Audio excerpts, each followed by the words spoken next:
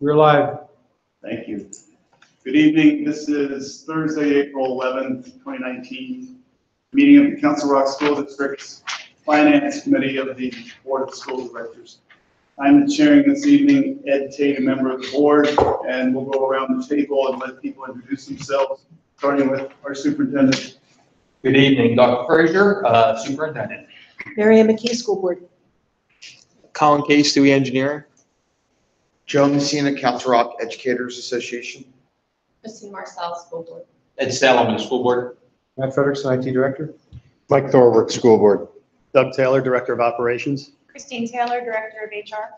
Phil Stone, Director of Business Administration. Thank you, everyone, for being here tonight. We're going to begin with the. Excuse me, Ed. Oh, sorry, one more. Hi, Denise. Thank you for joining us. Please introduce yourself. Nate Brooks, calling from a train. Thank you very much. Sounds like fun. Very good. Dr. Frazier. Thank you. Good evening, everyone. We are here to discuss a draft preliminary 2019-2020 budget. This is really just an update from where we were and what we presented last month.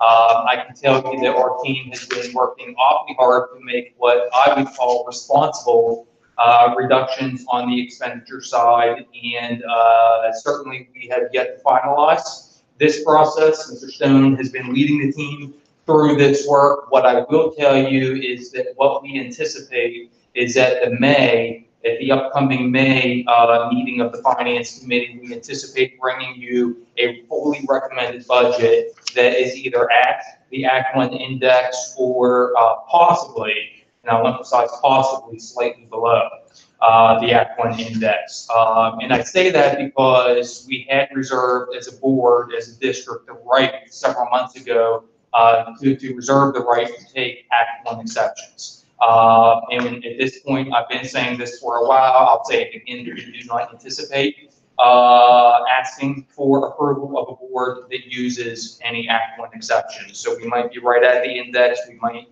be able to be slightly below. That will be determined in the ensuing weeks. What I'll tell you about this budget is that it certainly keeps all programs intact with where we're at right now. Our staffing headcount is virtually flat. The only exception to that is in the support staff arena, the Crespa arena, but even that really reflects pretty accurately to where we're at today, current conditions. But from a budget to budget standpoint, you'll see a somewhat of an increase there. But at the professional staff level, we are pretty flat. At the administrative level, we are pretty flat. We have made some very, very difficult staffing decisions to date.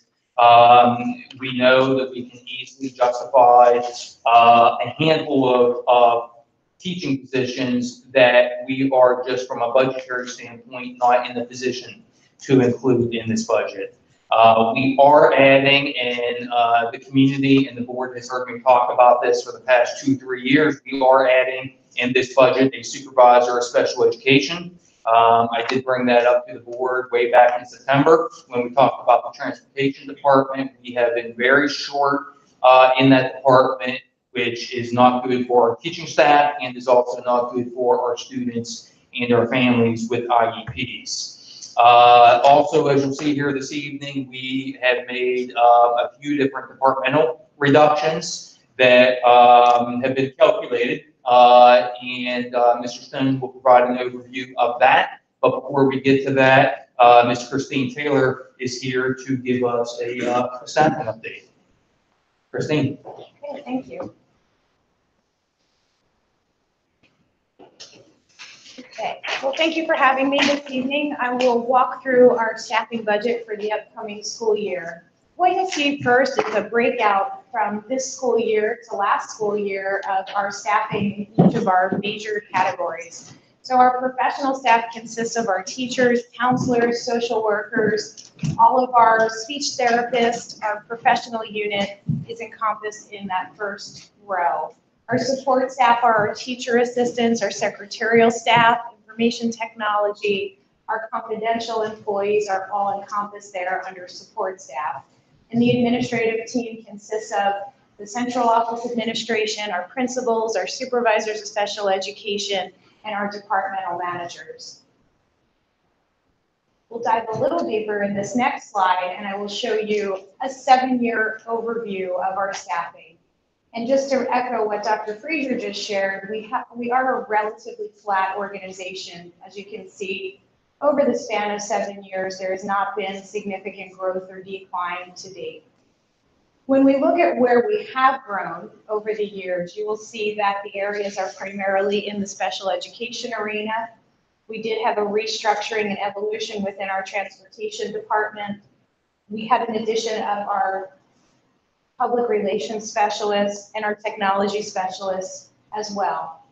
Each year, we also see some contractual obligations that cause some increases for clerical assistants. Those are added on due to enrollment, and that's from some of our contract language that exists.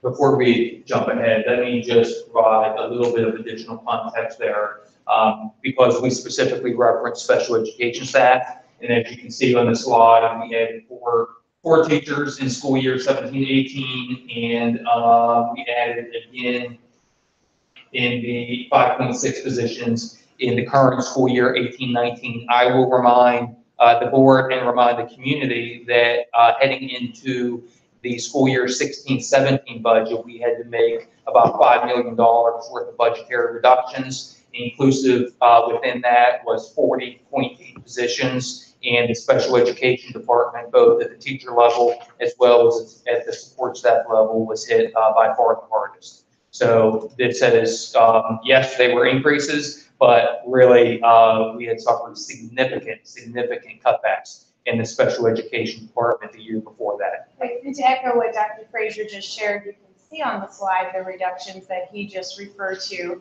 in the 16-17 school year. And that's why we remain relatively flat, because of the balancing effect that has occurred.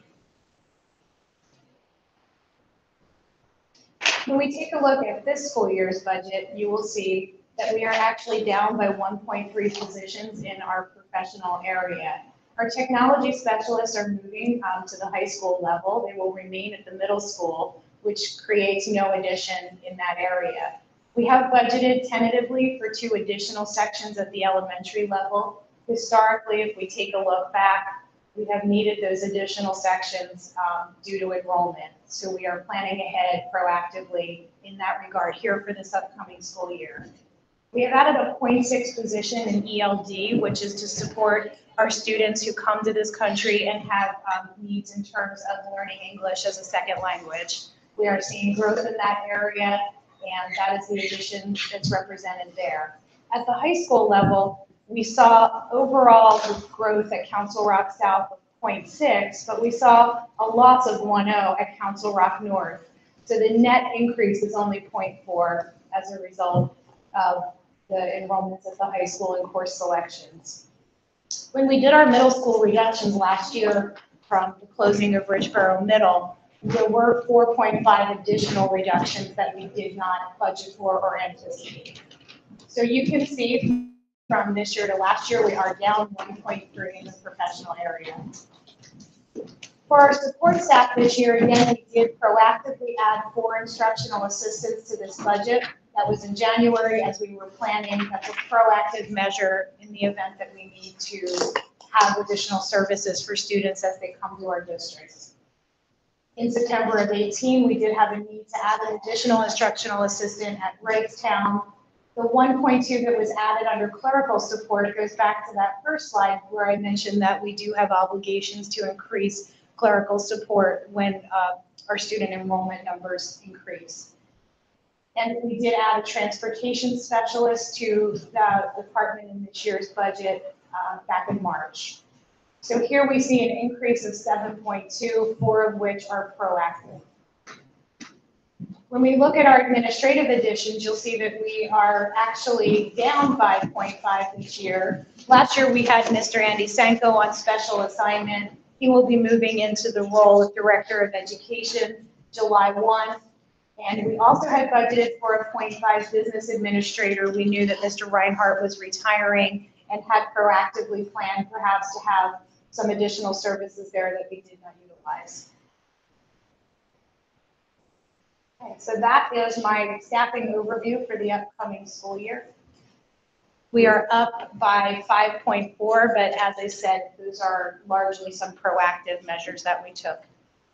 I have a quick question. The .6 ELD teacher who's being added, do you happen to know what that brings us to, the total number of ELD instructors? I could get that for you. Thank you. And just to be clear on that piece, it won't, that piece won't represent any new hires. We have a number of part-time ELD teachers right now, so we're either adding 0.2 or individuals. Either going to 0.8 or to 1.0, yeah, depending on the circumstance. So I will tell you that this is one of the areas that was a difficult non-inclusion for us because what we identified as a need on paper is really a 1.2, not 0.6. But again, making the difficult decisions that we're making, we're looking at a 0.6 this year and what we hope will be another 0.6 next year. So if you wouldn't mind, we'll just get all the way through the budget discussion and then we can, if you have staffing questions or questions for me, we can take it from there. So I'm here to present now the updates to the first draft of the budget, which I presented last month. So here on our revenue budget, we started out at $242.4 million, and actually we reduced the revenue budget. The reason for that is because you see down here, we've got a net reduction in positions because of retirements and some of the reorganizations that we've talked about. So when our expenses decrease for Social Security and the retirement system, so does our state share that we get. So that's why you're seeing a reduction in that revenue. It's just the 50% cost that we would have gotten reimbursed if we spent more.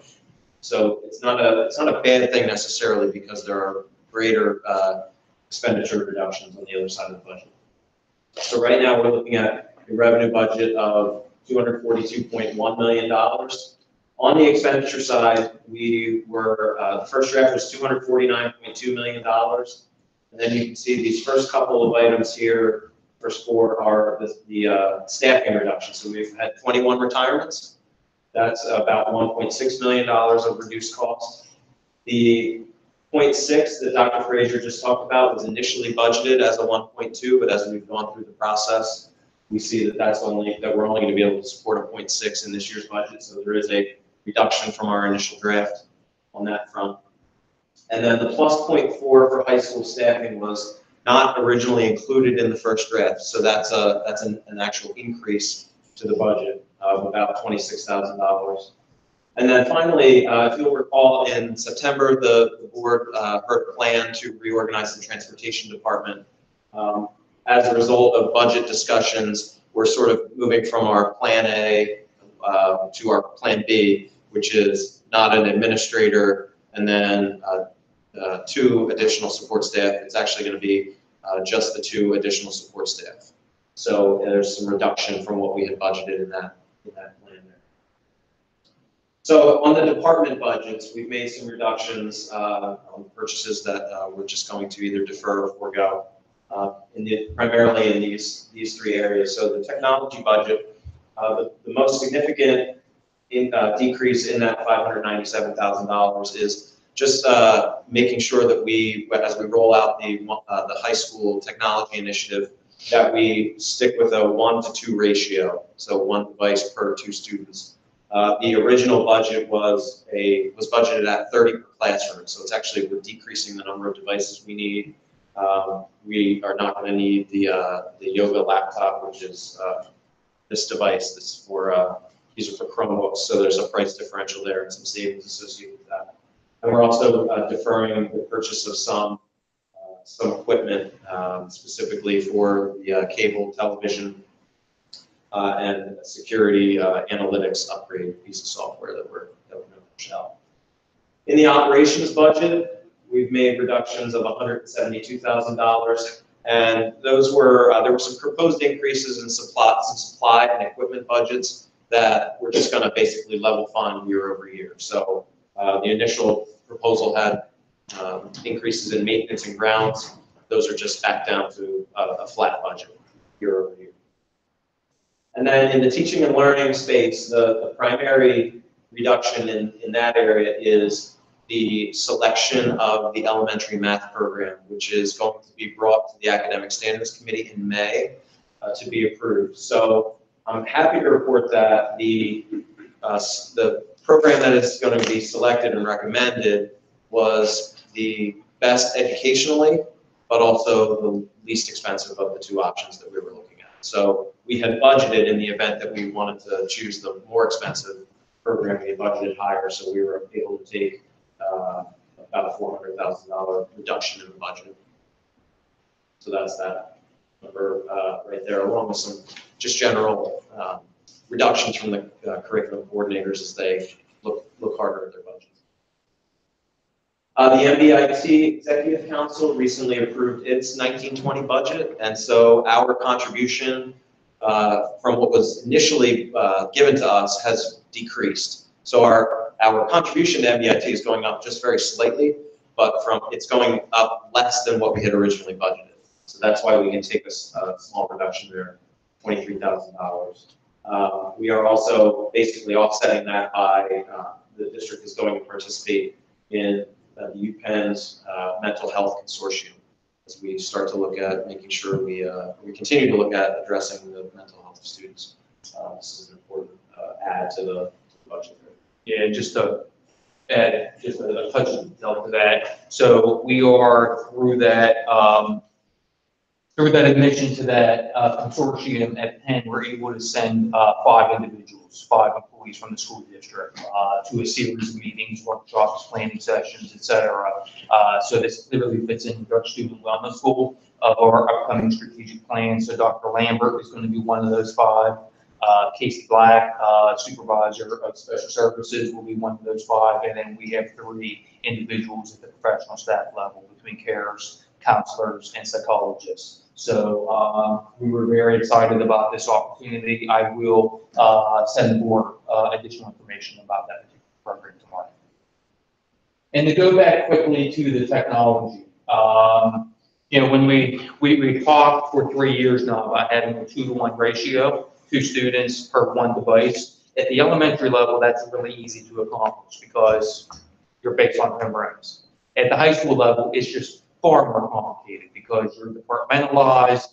You're not teaching every period of the day. You got, you know, sometimes multiple classrooms at a time in a wing who are not in those classes. So it's just much harder logistically to pull off that 2-to-1 ratio. So the initial work that we had done under Mr. Frederickson's leadership was to basically address those kinds of complexities. Again, as we got deeper into the budget, saw the shortfall that we had, we knew that we had to make some changes, we knew that we had to make some reductions. So we literally, next year at the high school level, are going to be at a mathematical 2-to-1 ratio.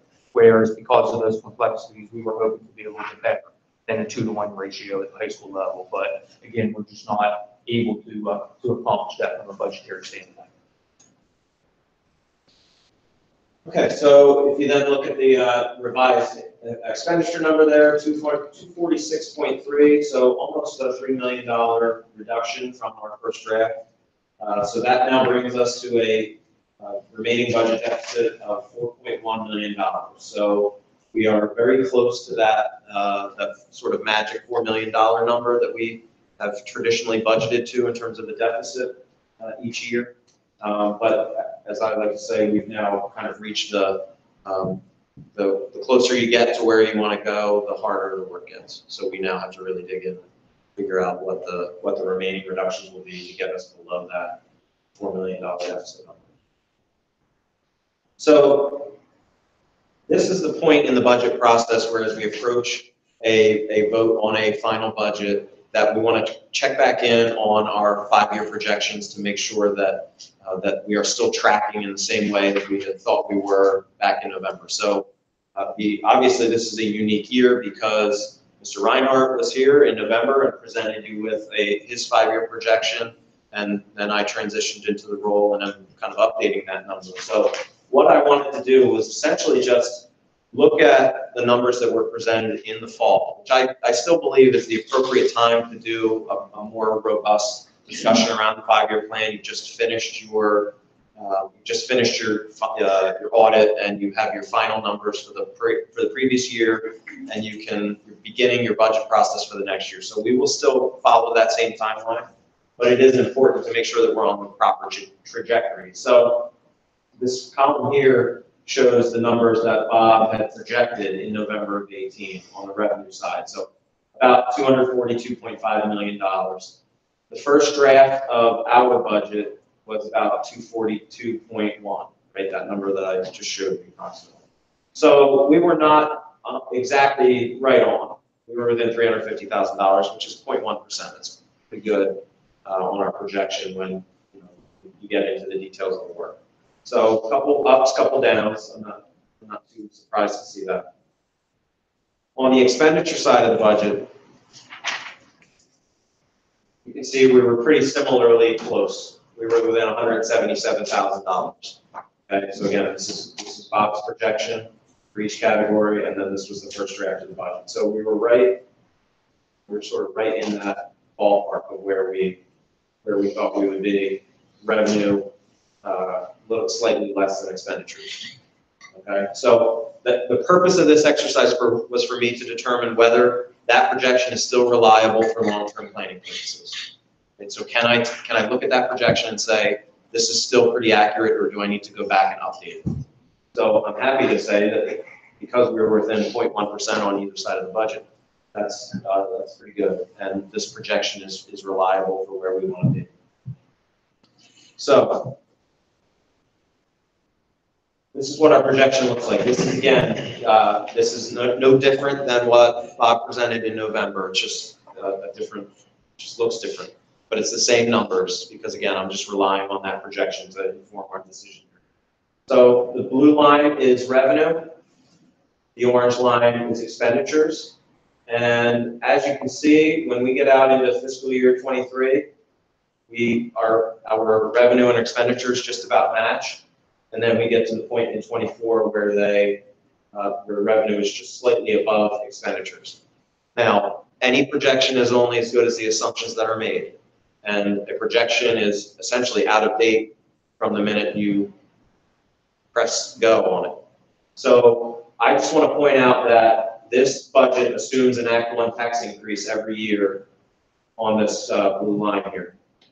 So that plus the $100,000 increase to debt are the only controllable assumptions in this projection. Okay, now I obviously didn't put every single line item that's being projected here, but we have no control over EIT collections. Those are economic. They're dependent on how much wage people earn. The PSERS rate is state mandated. Okay, the board doesn't have control once a collective bargaining agreement is in place. The board does not have control over salary movement and salary costs. Healthcare is dependent on experience. So there are still a number of variables in here that will change this. That could change this trajectory, but I just want to make sure you're aware of the two that we have control of, and that's real estate tax and debt service. So last slide on the 5-year plan, or the 5-year projection.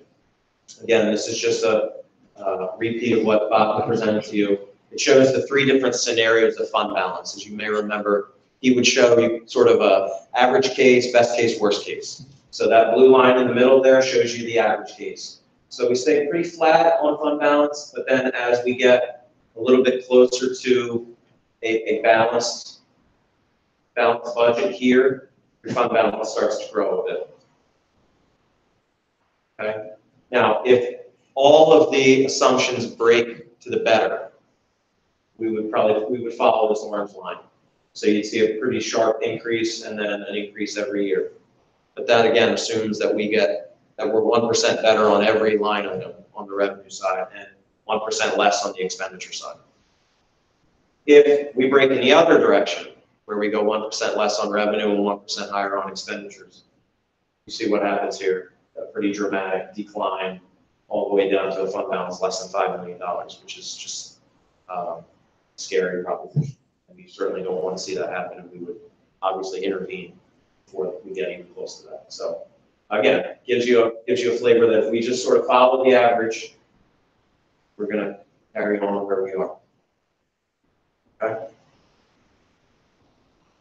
So the last budget slide is just simply a timeline. I believe it's important to make sure the board knows kind of where we're going. So on the 25th, we will present our budget forum prior to the board meeting, where we go through the budget in a little bit more detail for the community. The board will be asked to approve the proposed final budget on the 25th, and I'll talk more about that when we get to the board agenda items, segment of tonight's agenda. And then we'll have a final budget update May 9th and approve the final budget on May 3rd.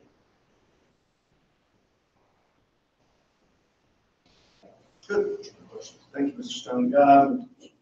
I'll let my colleagues go first. Anyone? Questions for Ms. Taylor, Mr. Stone? Okay, the slide on the fund balance. Would you remind us, please, what is our policy threshold for the fund balance? There's a minimum. Yes, so I believe it is going to be 4%, but I'm hopefully not remembering prior district policy. Oh, So I will check when I. So that would put us. 4% would put us at 8 million. Probably a little closer to 10. 10 million. And if anything, 4% low. Yeah, that's the absolute one. Yeah. Oh, and the other question I had, does this assume we're drawing 3 million a year? It does, for summer projects, it does assume, yes. Does the 4.1 million deficit take into account the $3 million from fund balance? So in this slide here, Yes. it does not. So this number here, this 246.3 million, does not include the annual $3 million transfer to capital projects. That's done outside of the budget, out of fund balance. So we're kind of aiming for that 1% on either side of the budget. So plus 2 million on the revenue side, minus 2 million on the expenditure side to get us back that $4 million. In order for us to be able to break even, then we would need another 0.5% on each side of the budget to get to that, to be able to afford that $3 million transfer every year.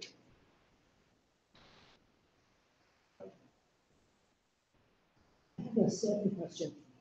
I saw as we looked at past years, there was a transfer of entities from the IU with the speech and language therapists. And I know over the years, we've done transfer of entities for autistic support, for gifted teachers. Are there any other programs that we're still using the IU, or have all of those been brought into count? So everybody's in council. I guess I'm not. We have Sure. Wow. behavior analyst services in-house, but we do have a very small portion of behavior analysts that are from the IU. I would say that IU employees within the district are less than 10. I don't know that we have any whole, program, Yeah. what we would consider to be a student program. I think we are in-house with all of this, Okay, thank just you. because it's proven to be Right. less expensive and, in our opinion, the effectiveness is there. Yeah. Okay. Thank you. Are there any other questions on the staffing and overall budget before we move to capital projects? Anyone? I have a question. Denise, yes. Sorry, I just, Phil, when you said, that you're looking now for places to close that gap for the deficit, can you describe where you're looking for that? Might there be additional staffing cuts, or are you looking in other places? We are looking everywhere. I know that's it's not a very helpful answer, but we really have to, at this point, we have to just examine every area of the budget again. We've been through it once. but we just need to look at it again with a little bit bigger magnifying glass and see where we can make some of those tough decisions. Denise, to add to that, staffing is certainly down the list. We are trying, as we always do in this process, to stay away from the classroom, especially away from the people aspect of the classroom. So we had our most recent cabinet discussion this morning, and we've asked everyone to go back and take, a 20th look and see where we can end up. I will also point out that from a staffing standpoint, and Christine had referenced this, we do have, and we have not done this the past 2 or 3 years, in that we have added some additional positions for special education support staff. Those will absolutely stay in the budget because we know every single year, and those of you who've been on the board for multiple years, you know my emails that come to you and say, hey, we have this need. Can we have your blessing to move in this direction? So instead of needing to continue to ask for those one by one, we finally smartened up and included them in the budget. The other thing that we have not done in my tenure here in the district, purely because of budgetary constraints, is had any level of conservatism around elementary sections. So, the district used to keep 2, 3, 4 positions in reserve, and we just haven't done that the past 3 years. So we are right now keeping a +2 in budgetary reserve. So obviously we won't know that until June 1. Should we not need those 2 positions, then that becomes a funding source that's available to us. But we'll have to continue to track that. We're tracking that on a bi-weekly basis at this point, and we'll continue to do so the rest of this month and all of next month. Great. I mean, you said what I wanted to hear because I do not want to see any further cuts or anything removed from the special ed.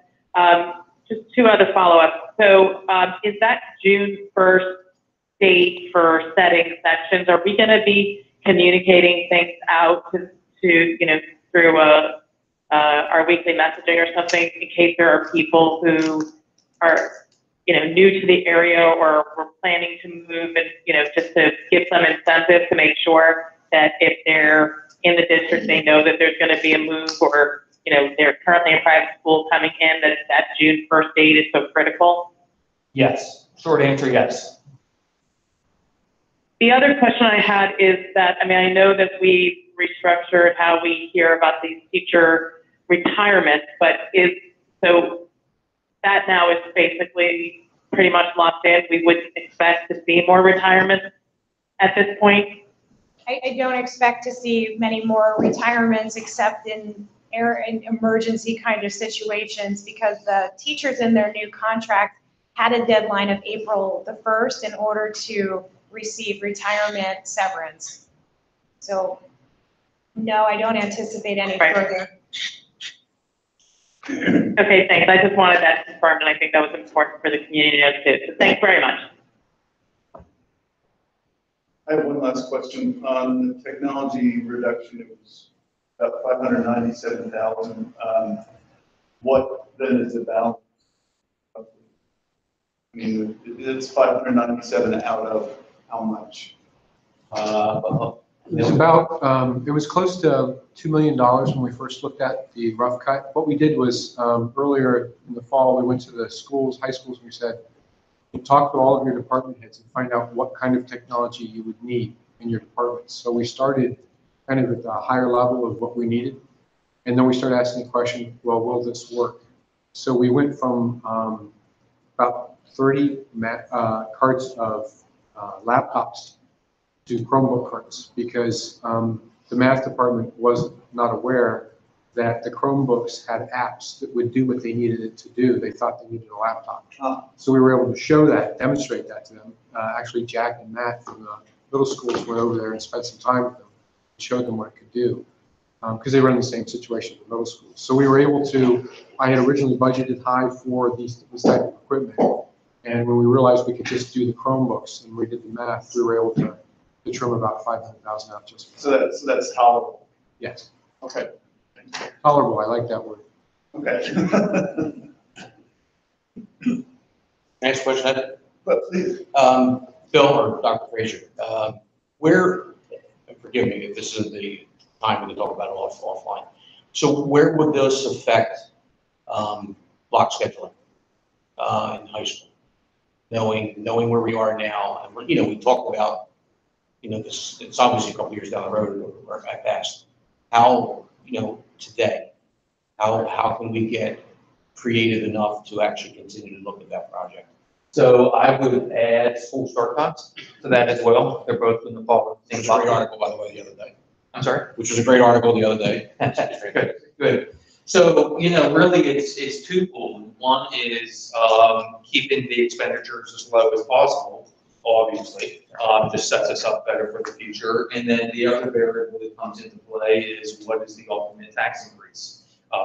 Whatever the increase is, whether it's 2.3, which is the index, or something other than 2.3, that sets the new baseline for moving forward. So, because the number we discussed was relatively, how would you do that today? significant. Yeah. Oh, the short answer? If we couldn't, you could do it. We couldn't do it And today. I guess where I'm going with this is it viable? In 2 or 3 years, knowing what we know today and guesstimating, that's what we're doing. We're kind of guessing where things are going to be in a couple of years. Right. I think It's too soon to tell. Sorry? I think it's too soon to tell Okay. at this point. But we're still working towards seeing if we can get to that. Absolutely. We think it's best for kids. We want Oh, I to agree. take a run at it. We want to do everything that we possibly can. But is it going to be even a moderately easy lift from a financial standpoint? No, it's not. So, And with the amount of back work. we have our work cut out we've for done. us. Yeah, you're talking somewhere, $1 to $2 million. We could not cut out $1 million in this budget short of axing the program. Which And we don't want to take people are talking programs away about, from children. coming out of that meeting, parents, kids, Right. there's a level of excitement, a level of fear, but then when you look at the numbers, I think we all agree, where would you find it? So, Absolutely. good point. Any other questions? All right, thank you very much for that, Mr. Stone, Ms. Taylor, thank you. Done your job.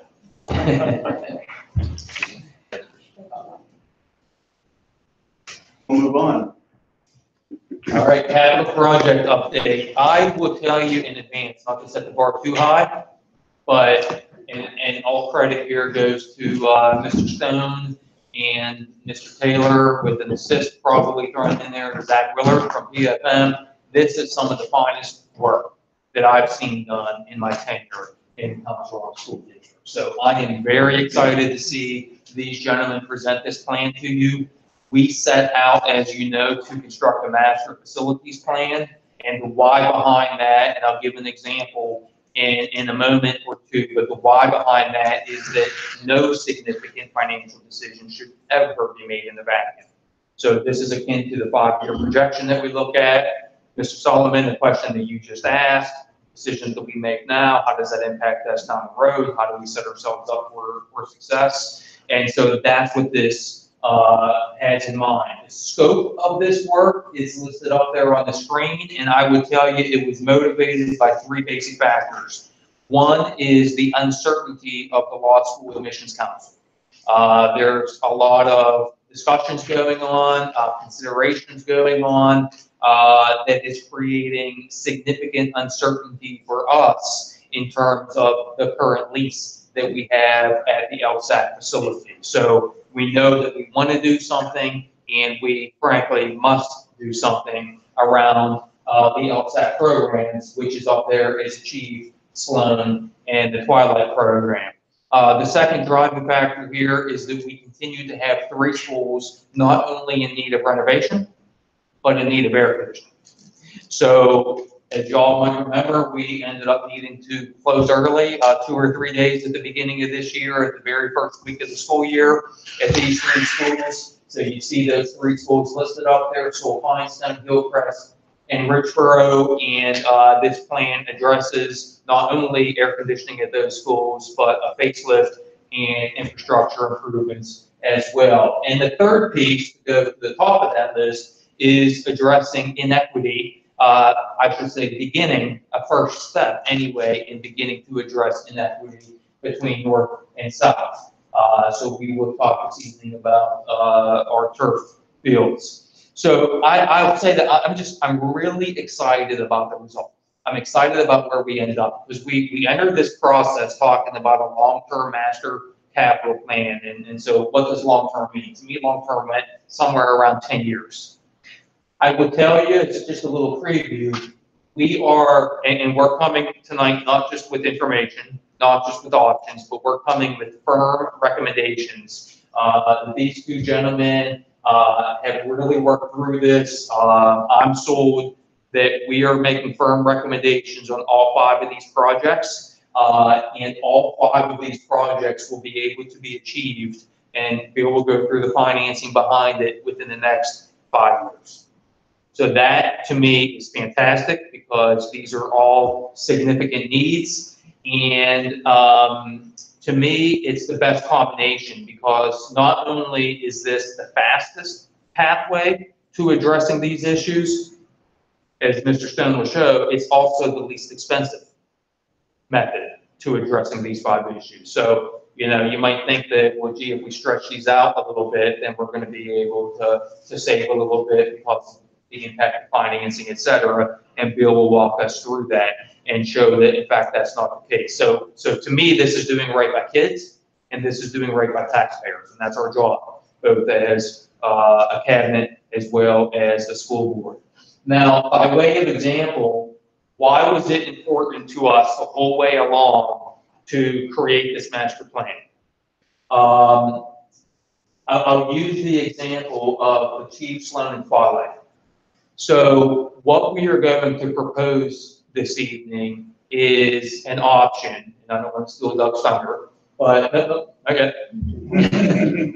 What we're going to propose this evening is an option that is about $550,000 more expensive than the lesser expensive option, and an option that we've talked about in the past. So if we were just presenting that as a standalone project in a vacuum all by itself, it would be easy for any of us, for us to recommend, for you to approve that less expensive option. But what I'll tell you is that the option that we settled on, even though it costs approximately $550,000 more, because of domino effects, in particular, still being able to use Richboro Middle School for swing space for the Hillcrest renovation and for the Richboro renovation, that negative $550,000 actually comes out to a positive $1.8 million. That's why we want to think about these things in the systems approach, how they all fit together, how they dovetail. And so the whole way through this process, these guys have done a great job of thinking critically, strategically, not just about the projects, but obviously the financing side of things. So this is, in our opinion, these 5 recommendations are setting us up from a capital standpoint in a really, really good place. So we will be able to achieve all 5 of these projects within the next 5 years. Doug will walk you through the specific timeline. And then from this point until really 11 years from now, until 2030, we are only going to have one significant outstanding project. And that one significant outstanding project is a renovation of Newtown Elementary School. So we had hoped to include that in this scope. We just can't. It's a little bit younger than these other 3 buildings. Well, it's a lot younger than one of them, and a little bit younger than the other 2. Newtown L does have air conditioning, so we're not fighting that battle there. So Newtown L is very much on our radar, but and we know that we'll have to address that at some point between 2024 and 2030. But that's it. So we've been on, you know, quite a stretch here of closing a school, building a school, renovating, adding both at the elementary and the middle level. And we're going to be able to take a breather after we get through these 5 projects, with the exception of Newtown now, until we get a full decade out.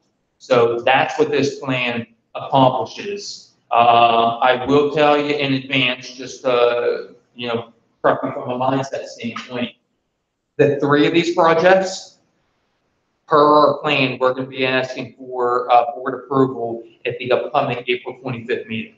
In order for this plan to work, we need approval for three of these 5 projects. And again, Doug will walk you through those, and Bill will walk you through what the financing on these look like. So without further ado, Mr. Taylor. Okay. I don't know if you wanted to go over these, Rob, but this was kind of just an overview of where we're headed, but I think you hit most of it already. Maybe it's just good to highlight the time. Yeah, and I'm going to go over the timeline at the end, but the north and south synthetic turf field projects, I'll go into greater detail on all of these as we move forward. But we're looking to start that project next month as far as getting a design team on board and finishing that project in totality around October of 20. That includes both north and south projects, and I'll go over that. The Achieve Sloan Twilight program, again, getting a design team on board next month as quickly as we can to get started, and ultimately finishing that project in July of 21 to allow students to use that building in the 21-22 school year. So Feinstein Elementary School is the other where we're trying to get that team on board immediately, first thing next month, to meet a completion of 23, August of 23. Again, that's a phased project with temporary modular classrooms, so we're not moving kids out, but in order to finish that project by 23, we need to get going next month and to honor the prices that we're showing as part of that plan. Hillcrest Elementary School is a little bit later, starting that in January of 20 and finishing in August of 22. And so a little bit later starting, a little bit earlier opening. Right. Or reopening, right? Correct. And we can make that a one-year construction. Because project. it became a one-year construction project based on what we're showing tonight versus a 2-year phase project or even 33 months, depending on when you start, how many summers you have in order to complete that work. And Richfield Elementary School is a January 21 start with a August 23 completion, and that's the same scope as what Hillcrest would be. And I'll get into that detail now. So first project I want to talk about is the north and south synthetic turf fields. This presentation was provided in great detail in November at the facilities meeting, November 1st, 2018. I think if you want to hear all the details about this, you can certainly go back to the YouTube video of that and learn everything you need to know about it. I don't want to revisit that, but I'm going to go through a series of slides that were presented that night just to give you a quick overview of what it looks like. There were 2 options considered. Option 1 is a multi-purpose field within the existing track, and option 2 was a multi-purpose field adjacent to the athletic wing of the existing building in a grass area that isn't affected by any other kind of project. So here's an overview of the site, and on the top part is the track. That was option 1, putting the turf field within the track area, and option 2 is just below it. Down here's option 2. We are in no way tonight or anywhere in the near future talking about an auditorium at South, but there has been discussion since I've been with Council Rock over the last 8 years or so about someday maybe building a pool there so that it has the parity with North. All we're doing in this scheme is recognizing that if that were to happen down the road, that there is room to facilitate that project, and we're not master planning and knocking something else out that some other group may plan later. So this is respecting the ability to do that later. This is the area, and I will say, is the proposed plan for the turf field, and for several reasons, which I'll touch on. This is just showing the plan in a little bit greater detail within the track, and the plan that we're proposing, which is adjacent to the existing building. So you can see the existing building, that future natatorium that's really not in this picture, but extending a walkway off the existing building, providing access from it, also providing from temporary bleachers for 200 people or so access into the building if we want to access toilet rooms, for students to come out and use it for PE classes, for all those reasons. It's convenient to the school. The gym classes won't take a long time to get to the top of a hill, to the field to use it. It will be used every day by the school outside of other groups, community groups that we'd be talking about. This plan also allows for the master planning of a stadium down the road. We are proposing as part of this lights, because we do recognize outside user groups would be involved with this. We would need lights in order to make this a flexible field that we would utilize beyond the end of a school day. But it does not include the bleachers for a full-fledged stadium at this time. So option one, we looked at it, was the stadium at the track, and it was around $4.1 million to consider that. Option two was, or option 1B was the stadium at the track, but if we deleted some of the scope, what the cost would be, getting rid of some of the paving, the walkways, the stairs, the ramps, the chain link fence, bleachers for 3,000 people, a press box, and you could see we could get the number down to about 2.4 million. But as we looked at this in November, that still wasn't the desirable option. The option was still looking at this project next to the existing building for some of the reasons I mentioned earlier. And that project cost is estimated at about 2.7 million. We looked at how we could reduce that. And again, that project is not loaded with any kind of crazy extra stuff. The only thing we could take out is a concrete pad and movable bleachers for 200 people. We know that there has to be some function for visitors and fans to see some events. So I would say we want to include that. We may even want to include as an alternate bid some additional bleacher seating that's portable, that we could increase that capacity, but that would just be an alternate we could consider if we needed to. And those bleachers can be used anywhere in the district if this turns into a stadium at a later date, but they give you flexibility up front. So our recommendation and reasons, this location allows for the construction without impact to the existing track and natural grass field. That's actually one of the best grass fields we have within the track. And again, putting that turf field there does provide a disturbance to an area utilized by the students regularly. So this would allow us to build a field in an area that we displace some practice fields, but no major programming. It allows for a future stadium master plan, if so desired, down the road. It's convenient to the existing building for access for students, for staff, and for community for toilet rooms after, if there's events happening, school events happening after hours. So the cost for that project, as we said, is $2.7 million in round terms. That does include bleachers, the movable bleachers, lighting, scoreboard, getting electric to the site, all of the earthwork, all of the, what's hard about these numbers is you'll hear a turf field should only cost $600,000 or $1 million, but what that doesn't include is all of the geotechnical work, all of the subsurface work that has to be done.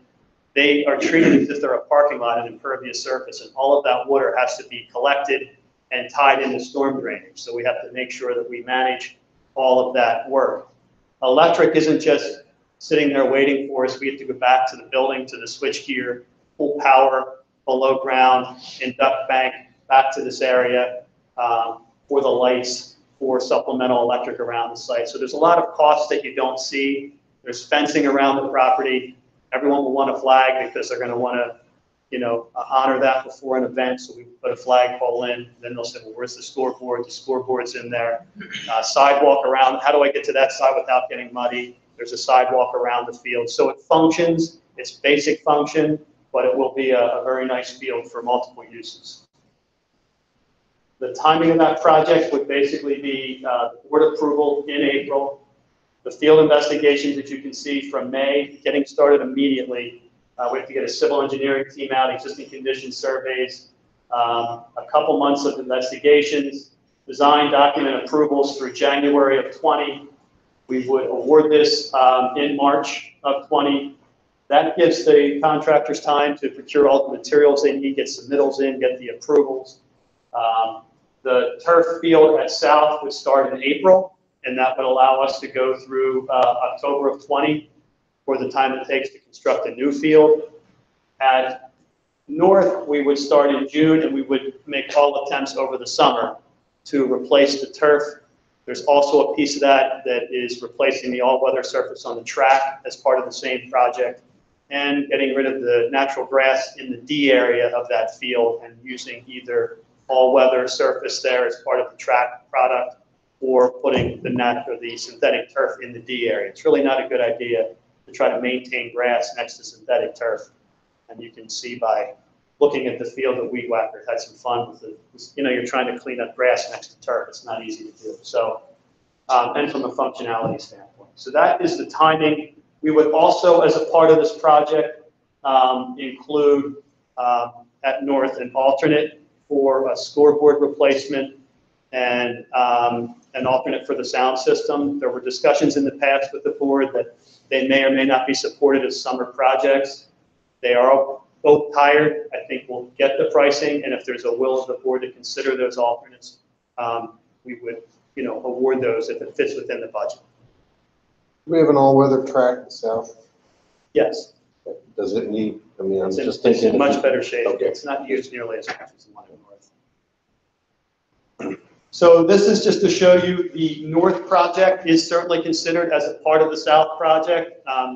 Dr. Fraser talked about parity between the two schools, and it is important to recognize for putting a new turf field in South, we need to replace the turf field that's getting tired at North. So that project would include taking care of both of those projects, documenting both, and taking care of that work at the same time. This slide is just to show you that the monies are coming from two different places. So when you see that the cost of those two projects is about $4.5 million, we're only talking from the bond that Bill will talk about tonight, the 2.7 for South. The North work will come out of the summer projects budget. So that's planned as part of the capital improvement projects. But we just wanted to show that those projects are considered as one project, but the funding comes from two different locations. That is it on the field. Doug, I'm sorry, what is the impact on the South Athletic program while that field is being built? Yeah, it's minimal because we're using a natural grass practice area that can be located elsewhere on the site while we build this field. So it's by building it as its own field next to the existing building, we're not taking away the use of the existing track and the turf field within that, the natural turf field within the track. And that's about to do it. You don't like it? No, it's not great.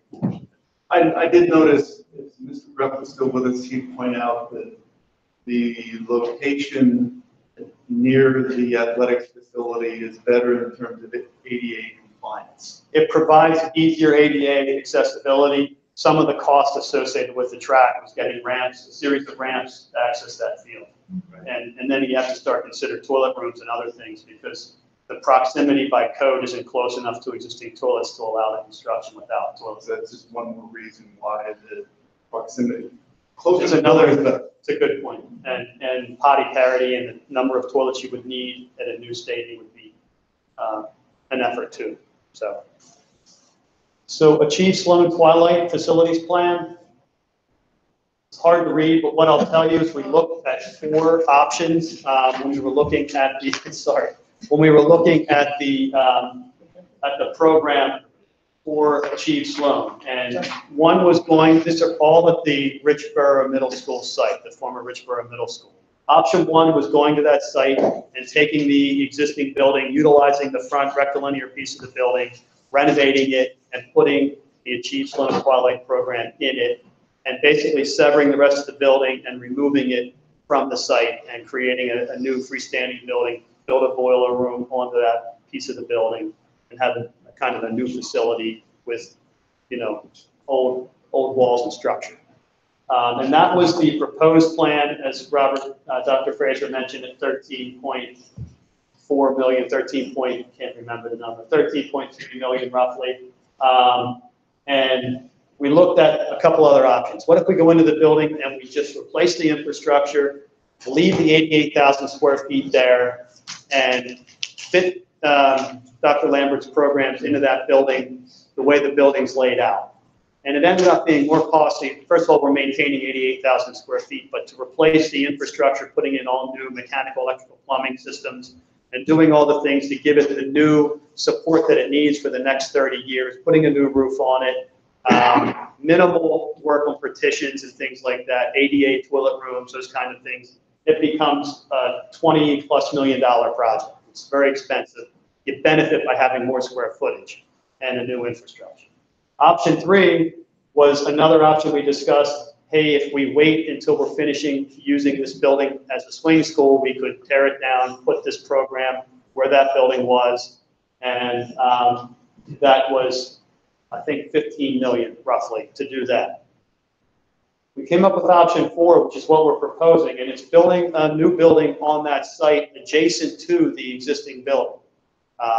In one of the existing grass areas next to the existing parking lot, still respecting some of the natural turf soccer fields that exist there and not taking away the flexibility for the outside groups, but certainly taking away a small portion of it. That allows for a couple things, which I'll talk about. This was just my worksheet to show how we arrived at the numbers. This is Richboro Middle School, and the first option I talked about in the upper right-hand corner is fitting the program that we're talking about in that piece of the building. And that was fitting it in up in this area, severing the building here, and removing this piece. It gave us flexibility for future growth off to the side, and it was this rectilinear piece. That was option 1. Option 2 was keeping the whole building and replacing the infrastructure. Option 3 was removing this building, building it where the building is, and option 4 is off to the side. So this was building the renovation of the existing building and providing future growth for staff development or some other use of that portion of the building that we wouldn't have immediately, which was a good option, still is a good option. It was less expensive, but for other reasons, I'll explain why it makes sense to consider a new building on the same site. And this is a footprint of basically the same program with the boiler room. The configuration could be different. This is just a schematic plan. There were meetings with Chuck. Last year, we met with an architect and we developed a program based on his needs. We put the grossing factor in, which includes hallways and closet spaces and storage and toilet rooms, and that's how you arrive at what the building size would be. So we did develop this based on real numbers, real program. This is the site that shows the options, and this is the existing building.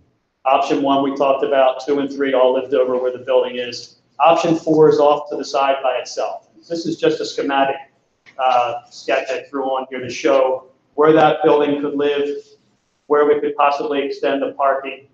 This would allow buses to come in and function off of the achieved Sloan off the street, still allow for the circulation and function of the existing building. And this provides us with the ability to continue to use the existing Richboro Middle School for as long as we need that school and for whatever we want to use it for. Which is what makes this the least expensive option. Correct. But that also, can I make a comment? But that also precludes the sale of the property. Not necessarily, because I think we would ask the township if we could subdivide and have that portion of the property for the building and still be able to offer a good bit of the site if we chose to do so later. Did you look at what's required for a subdivision there? Yeah, we have some ideas, but we have to go to the township and talk to them. Yeah, I think we could ask for that kind of upper corner of the site and still offer a good bit of that property down the road if it was the board's will to sell the property down the road. So that gives us the flexibility to do either of those things.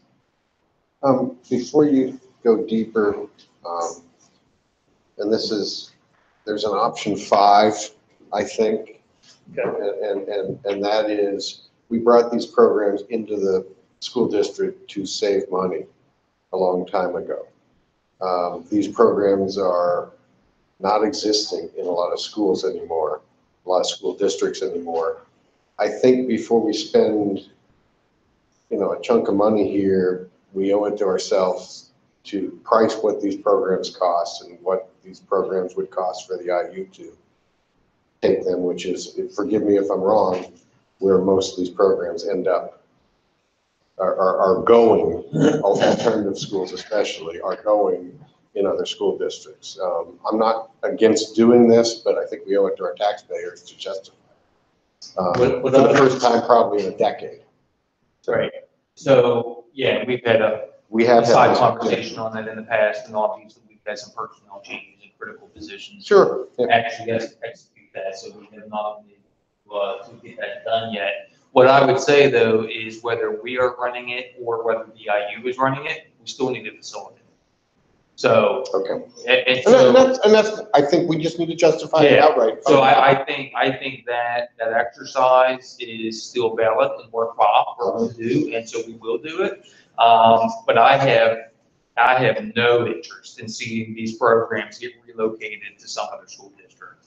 So that also then brings us into the conversation of the commercial real estate agency that we've been working with, and the marching orders for them has been, first and foremost within our 72 square miles. You know, we are not entertaining anything that is in the geographic footprint of any other school district. And so to that end, I would tell you that the agency that we've worked with has basically come up with 5 different options for us. 3 of them are just vacant land.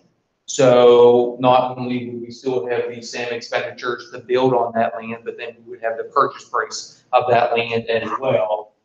So that's a problematic scenario from the get-go.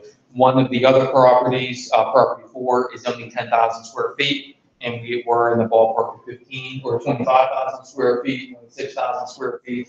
The other one does meet the square footage requirement, but it's problematic for other reasons. I mean, first and foremost, you have, I think, 7 different tenants in this property, all with current leases expiring at different times. So again, for us to hit the 21-22 school year, that property certainly isn't a possibility. And probably even more importantly, that property is not even currently on the market.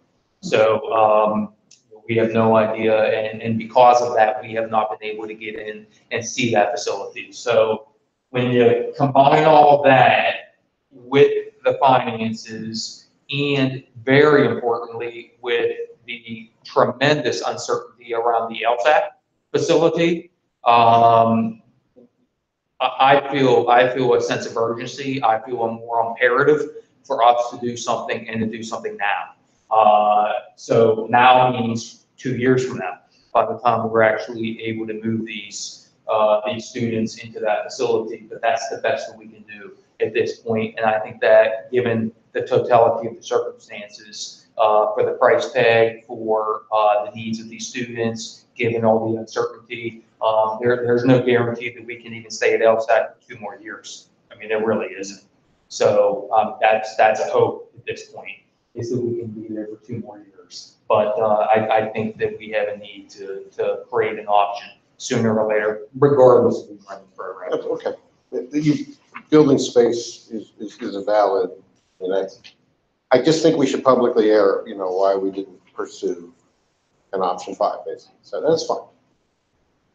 Okay, so, I was going to ask if there are other questions about this project. Were you going to speak some more to this, please? yeah, a little bit more on the recommendation, just a summary. Yeah. So Robert just mentioned the REMAX piece. The second, that this option allows for continued use of the former Richboro Middle School for ongoing renovations of Hillcrest, Richboro, and perhaps even Newtown, depending on what we do. Fit? Hillcrest and Richboro. I think that we can. Because they're not, Newtown might be another story, but we haven't planned Newtown as part of the savings on this project. Okay. It allows us to address uncertainty relative to the LSAT lease, which was just mentioned, and it allows for the long-term flexibility of the former Richboro Middle School facility and site. However we want to use that or consider, selling that down the road if we are successful in subdividing that lot. So the cost considerations include, but are not limited to, the increased project cost from option 4, which is new, to option 1, which was Reno, is $545,000. Utilizing the former Ridgeboro Middle School as a temporary, Hillcrest and Ridgeboro was about $900,000 each, when you consider putting modular classrooms on the site for 2 years. And the first year's lease savings from not leasing LSAT. Beyond that, I think we're talking about reallocating those funds into our budget for different reasons, but I think you can put the first year savings in there. So that's about 1.5 million. And then there's about 300,000 per building to not phase those over two years. Construction cost savings, and that's mobilization and site superintendent and other costs that the contractors would be charging us for to go along. It's about $2.1 million savings when considering this option. So this is the same 1.8 that I referenced earlier. I just didn't include the offset lease savings in that. Got it. So that's. Thank you. Yeah, okay, any additional questions about this project? I do. I know you said you spoke to Dr. Lambert about planning this, and he's spoken to us about his desire to see Sloan actually expand to middle school. The plans that you're looking at would support that? It's sufficient in size for the program to grow? Yes. Yep. I asked Dr. Lambert that, and he said, yeah, the program we developed would give him room to grow the middle school program into that facility. I don't know how successful that program becomes, and Right, you that's know, another like any conversation. building, could you build it that it could grow down the road? You could, you know, for future growth. But yeah, he said not a problem. Yeah, the idea behind this is a 6 to 12 slot. It is, okay. I will just note again publicly that the board hasn't approved the middle school. Correct. So. Just talk right now. Yeah, I asked if he had a wish list in terms of student social emotional support, what we wanted. The first thing he said was Sloan for middle school. Are there no other special education programs moving from elementary schools or anything like that into this proposed facility? No, we are certainly not in the 1920 school year. We will take a look at it. We know that we have a classroom availability and balance in the north and the south, as well as in the south, from the southeast to the southwest. So we will be taking a look for the 2021 school year, but that's irrespective of any of this. And I think when you have 21-year-old students in a building, you can't really do that. The mix. To combine, oh yeah, we would not recommend that. So what we've heard, I think, I can't speak for Sloan, but I think Achieve has told us that the kids do better in a non-school atmosphere. Is that right? So are we taking that into account when we're talking about design of this building? Or is it going to look like a traditional school? What are your thoughts on it? To be honest, I'm not really sure how it will look yet. We would sit with the architect and Chuck and his team and develop that footprint exactly as he and his team feel it should function. That's the good part about this option, is we can develop it exactly as it would work best for the kids in those different areas. That would be the exciting part, you know, sitting with Chuck and his team and doing that. So the architect's first job would be to visit the old school, understand how the program works exactly, and then begin to develop spaces that suit the needs of each group. Okay, great. I have one more question. The current location that LSAT, we have a lease with them. How much notice do we receive should they decide not to renew our lease? So it's twofold, actually. The direct answer to your question is there is on an ongoing basis a 6-month out clause either way. So that can happen. You know, I got to get that email now saying, hey, we have 6 months from now. The lease itself expires in June 2020. So with this timeline, that's problematic because that's only one of the 2 years. So I have already submitted, a request, if you will, nothing formal, but certainly have expressed our interest in extending that lease by 1 year, anticipating this plan, hopefully anyway, going through. And I don't believe that they're in a position yet because of the uncertainty, because of the decisions that they have to make to give a response. But I have really expressed to them and amplified to them, hey, these are some of our neediest students, some of our most at-risk students, and if there's any way possible that we can keep them exactly where they're at and not make them go through multiple transitions, that if nothing else, certainly will be very appreciative. So we're waiting to hear back at this point. Thank you. Anyone else? So moving. I just want to say, I can't see the slides and everything, so I want to study it when I'm able to, but I want to applaud the creative thinking on this. So thank you for, really thinking about the best way to meet the needs of this program and dealing with the various factors of how to make that happen. So I do appreciate that. Thank you. Thanks, Denise. So the next piece is Hillcrest and Richboro Elementary School. And again, I know it's hard for you to see here, but we developed two options. The first option is to renovate that building the way we've been renovating all of the other schools. And there's reasons to not look to that direction based upon the age of the buildings that are coming up. We're now heading into the buildings that are newer, that were designed with today's concepts in mind. The 1950s buildings, the 1960s buildings, 1970 open pod, all those buildings were much different construction. They were tight, they were inefficient, there were single loaded corridors, there were spaces that just didn't function well, small classroom spaces. The Hillcrest, Richboro, and even Newtown all have more appropriately sized classrooms, hallways, some toilet rooms may have to be enlarged for ADA reasons, but their floor plate is ADA accessible. They're much better spaces than we've been seeing in other schools. And I think this is the time that we should consider transition from the full-fledged tearing out walls and renovating buildings to that level to respecting some of the plans that are in place and performing total infrastructure replacement, certainly going in, emptying the boiler room out of what it has, putting all new systems in, putting all new domestic piping, hydronics piping, new switch gear, new electric, everything that you need to give that building 30 more years of support. Painting, new ceilings, LED lighting, all of the good stuff that a new school would have, but not necessarily tearing out walls and starting over the way we have.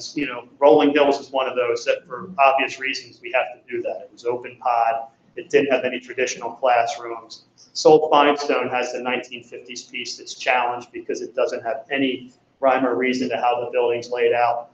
A good bit of the 1980s piece of Sold Finestone will absolutely stay in the footprint that it is. It works fine, it's hallways, it's classrooms, it's very functional. So the option 2 here is to go and start to think more about how we should handle the project moving forward. One is it's still a responsible approach to renovating these buildings. We take care of the roofs, the window systems, but we're not reprogramming the buildings. We're not putting additions on the buildings. The only additions that would be planned would be if you displace a classroom because you enlarge toilet rooms to meet ADA and you had to find that space somewhere else. Otherwise, we're not suggesting anything more.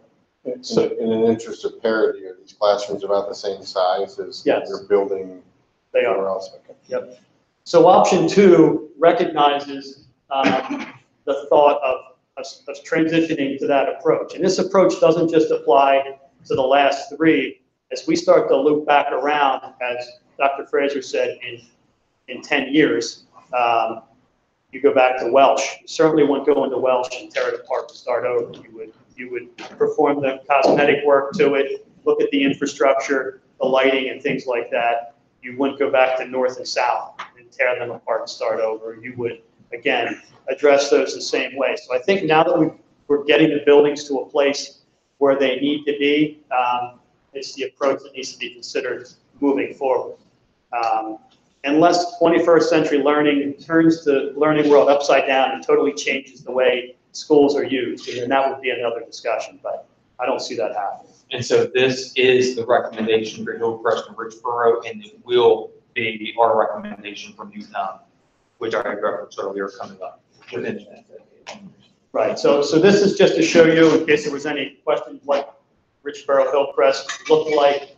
They are the same footprint, and Newtown is the exact footprint, plus that gray rectilinear piece on the top, which represents the additional 10 classrooms that they have that the other two schools don't. So they are exact footprints of each other, and perhaps even when we get into these renovations and documentation, there's additional savings we didn't talk about tonight that could be associated with an architect putting drawings together that really, because it's the same building, could serve the same bid process. You know, if we do research and find that these are so exact that they could document it once and bid it for 2 projects, there'd be savings there as well. So those aren't even included in the savings. So for the reasons we mentioned, option 2 is being recommended. It does accomplish the educational program goals, and we're still being financially, fiscally responsible. The building footprint's on a single elevation. There's minimal ADA challenges, which is great.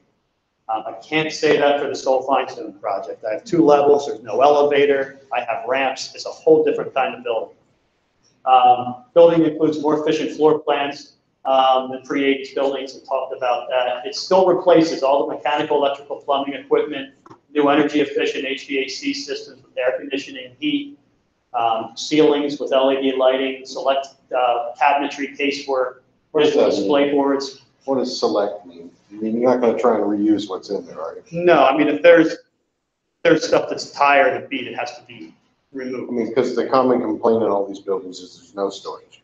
Right. So that, I mean, I'd like to get. And them we out. would do the same thing we do in other Right. schools. We would say, replace this, give us an alternate to add casework here. Right. And we do that with any project we do. Right. So it would be treated the same way. It would have new security and technology, kitchen equipment would be replaced, all those things. So it reduces the 2-year to 1 year, and it's a bid package that's attractive to contractors because there's no kids in the schools by utilizing a swing school, and certainly a swing school much closer than the other projects. I'm sorry. There are savings associated with doing that, as we talked about earlier. The 1.8 between the 2 schools, to not put modulars in. These scopes, by modifying the scope, saves us about $6 million between the 2 projects over total renovation. So this reduces each project cost by about $3 million. And the savings associated with non-phasing is $600,000. So there's significant savings to go this approach. One last thing, and I know I'm interrupting you. That's okay. 2 of these buildings don't have that 10 classroom addition. When you design your new HVAC systems, and everything, are you going to stub them off? Yes. So if we need that swing space, we don't have to do a total renovation? We will again? look at the generator and say, Right. make sure this generator can facilitate, if down the road, us or some other board Correct. decides they want to add that. Right. The generator would be sized appropriately, the hydronic piping would be capped off for future extension. The sprinkler system, we'd have to talk about the design, being able to handle the additional rooms. But absolutely, we would be responsible. Just in case we need. Just in this. case, That's but 20 with classrooms no and intent of doing it as Yes. part of these projects. Yes. Right. And if I may, I just maybe for the benefit of the public, as we continue to point out the savings by using the former Richboro Middle School and not using modulars, let's just be reminded that it's not only a cost savings, but it is just so much more secure for our students and staff. It's preferred, it's a preferred way to deal with it. Obviously, you know, Soul Feinstone will have to do something, but we'll also want to include fencing around that area and bolster the security over what we had done in the past when we had. Now, those modulars were different. They were more permanent, temporary modulars. They lived here for a long, long time. But these will only be here to phase 10 classrooms at a time in and out while we renovate like a shell game around the building. So, get them out as quickly as we can. And I was just thinking to the same point related, is it less educationally disruptive to do it in the 1 year at Richboro Middle School than to do it 2 years of phased Absolutely. renovation? And I think you talked to Beth Fox, you would find that that program's been very, very successful at Richboro Middle School. It feels very much like an elementary school. She's done a wonderful job creating different color corridors and giving kids visuals and to learn how to move around the building. And it's been very good. And she made it feel like the kids' old home. She did a really nice job. Yeah, she and her staff. Sammy Smith and his team did the same thing. So it's been good. That's really, Yeah. So the only thing we didn't talk about tonight, but we did interview architects last week at the facilities meeting, and I think you guys all saw the solutions and possible renovations there. But we are renovating Sulfine Stone. That's the option we're recommending. The new construction would be fantastic and great, but it's about $6 million or more greater than the renovation option. And, just don't think that those funds are there with all the things we have going on. So we're recommending the renovations. We're still going to have sustainable finishes, all new energy efficient systems.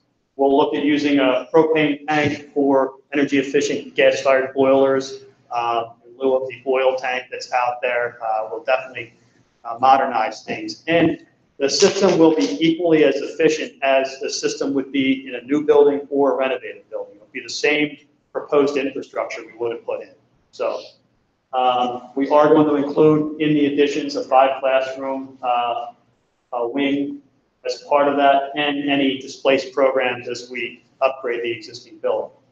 We will also look at separating the bus and parent circulation and moving that existing exit drive away from the corner, which is definitely problematic in Sulfine Stone. Doug, before you move off that slide, just the why, again, behind that 5-classroom addition at Sulfine Stone, and the board will certainly remember this, but for the sake of members of the community, our anticipation, at least at the time that the redistricting vote was made, was that we would have, I think it was 6 vacant classrooms in the south end of the district, and only 2 in the north. So we know that we need to add some capacity in the north. Sulfine Stone is the logical school to do that because of this project coming up, because we can't at Wrightstown, because of the DEP limits there, and Goodnoe and Newtown are already pretty large schools. So Sulfine Stone is the logical place for that to happen. Thank you. Jeez. Okay. So what's next? We're just about done my piece of this thing. We've reviewed the plan administratively. We're recommending the options that we've seen tonight, and Bill's reviewed it with BFM, which he's going to talk about momentarily. We're preparing with an intent to be, this was prepared as an intent to be a starting point, did a financial evaluation, really worked hard to plan the work. And I think that, it's been a very good initiation with Bill and I working together here, him being new, but we've worked together like we've been here together a long, long time. It's been a very good collaborative effort. The current plan assumes a 28 April 19 approval of the design teams for Sulfine Stone, the Achieve Sloan Twilight building, and the synthetic turf projects in order for us to start those projects with construction in 2020. The only way, there is honestly no float in terms of approving this. If you say, I can wait till May, we really don't have the time. If these are going to happen in that timing, it's the only way to make those timelines work. It's already pushing it.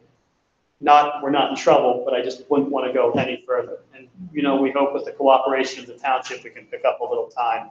Northampton has been very good to work with in our approval process. And I don't think that would change for these projects. This is just showing starting in May of 19, as we talked about. And last slide is the combination of all these projects. That just shows you the recommendation for each, the start dates of each. And what's important to note on here really is years between renovations, and you can see we're being very responsible. It's all fine stone renovations. That building in certain areas, it's been 31 years, others 49 years since anything major's been done. Hillcrest, by the time we get to the project, will be 32 years. Richburg will be 33. And as we said, Newtown is the newest of the work that needs to be addressed. Minimally, it'll be 29 years. So 25 to 30 years life cycle out of a building.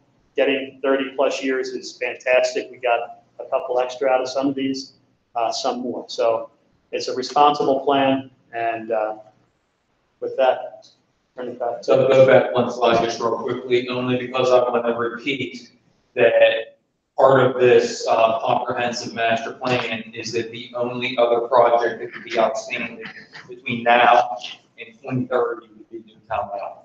So this is really, really setting us up for success in the short term, as well as success in the long term, both from a facility standpoint, as well as from a budgetary standpoint, that we're either coming up, in another 5, 10 years, will certainly be advantageous for us from a fiscal standpoint. Okay, so I'll set the stage now for financing the work that's been outlined by Mr. Taylor. So we've developed draw schedules for all these projects, given them to PFM, we've crunched the numbers, and I want to define for you the parameters that we're trying to stay within when we do this financing. So these are unchanged from what you've seen in prior presentations. So for the next 5 years, our parameters are to use an increase of $100,000 in annual debt service payments, and then budget to use $300,000 out of our fund balance. So you can see in this column right here, that this is our debt service budget amount. It's increasing $100,000 each year. But you notice that the payment amount under this scenario goes up by $300,000 in 2020-21, which would be when we have our next borrowing. So, and then it remains a $300,000 difference between budget and payment. So when I say using $300,000 in fund balance, if we don't have any savings on the interest rates when we actually go out to get these bonds, we might actually have to use $300,000. So these numbers don't accumulate year over year unless when we do each borrowing, we don't actually get any of those savings. So you see here the delta between payment and budget amount is still $300,000. And a good way to demonstrate this is that when we've actually done borrowings in 18-19 and for next year, we've come in basically right on our budgeted amount. So we haven't had to use fund balance, except for the, about $25,000. Okay. We're also going to talk about the concept of capitalized interest tonight, because that's a financing tool that, in order to make this project all come together as one plan, we're going to need to utilize that, which, as I'll discuss, is a perfectly acceptable tool, but I just want to make sure that the board understands. So here's where we're going to be starting this sort of next phase of the plan. So you can see here, these are the funding sources that we have available right now. So 2 bond issues that we have in the bank. We have just recently released funds from escrow accounts from the township, and we also have just about $200,000 in an account called Turf the Rocks, which was a fundraising effort that's been ongoing, and we would obviously want to utilize that towards the turf project at South. So that's about $47 million in the bank. We've got just a little bit of money left on Holland and Newtown for finishing up some work there. Some of that may get released as part of the just the remaining escrow process.